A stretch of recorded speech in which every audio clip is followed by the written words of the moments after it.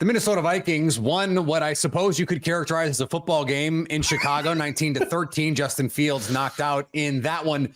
But Minnesota, as Luke Braun from Locked On Vikings will tell you, incapable of having a normal season ever, apparently. No. They win, but Justin Jefferson now on IR. Reports around Kirk Cousins and potential trades there say he's not going anywhere, but calling some other players, they might be open for business.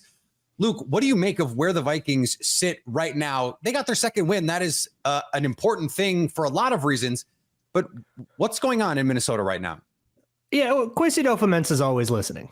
When I see reports like that, they don't really change anything for me. You can always call Kwesi. He's a traitor.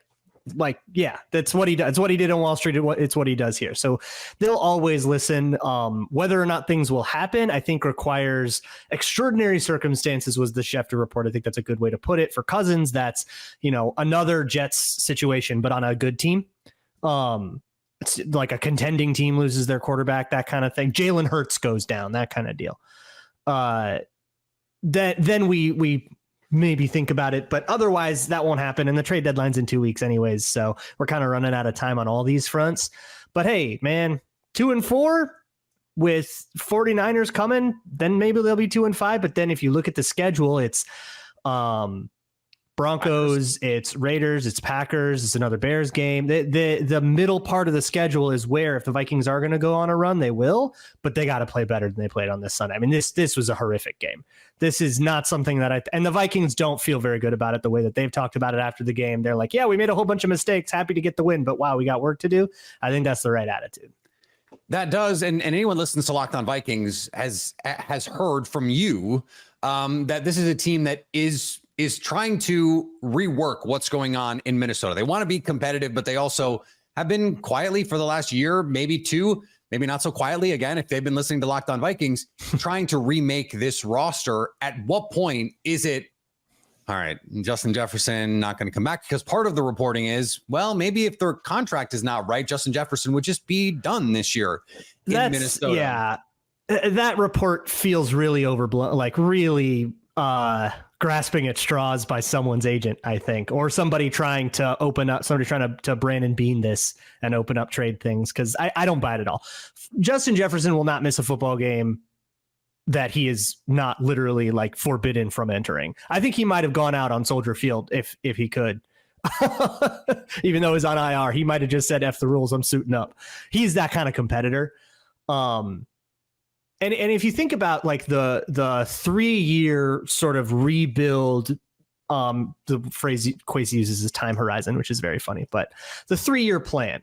Well, look at what they've got now. They've got a first-round receiver, Jordan Addison. They've got a superstar, Justin Jefferson. They have an offensive line that's been built up, and the only guy that is left needing to be locked down is Christian Darrisaw. Maybe they'll keep Ezra Cleveland, but they've got an offensive line at least mostly work together. This is a great spot for a young quarterback next year. Do you think they maybe plan on bringing one in? That's what they've been really building here.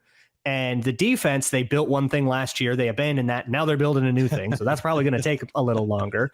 But hey, the defense did great against Justin Fields. So there's something working out there, a lot of disruption. But that's the plan, is we want to be a good destination for a quarterback. We don't want him to get in and have what happened to Justin Fields in Chicago, which we kind of saw the results of that until he went out.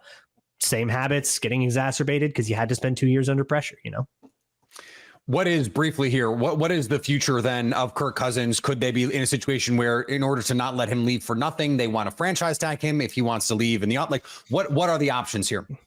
I don't think that they would franchise tag him. I don't think that they have any qualms about letting him walk, especially with the way that he's played so far. I think he would have to play at a Super Bowl level, and we're not sniffing that. That said, they've left that door open. And right now in the building, the plan is, okay, we'll talk about this in February. Let's do the season and then we'll talk about it. But if I had to guess, I would guess he walks and it's a bidding war.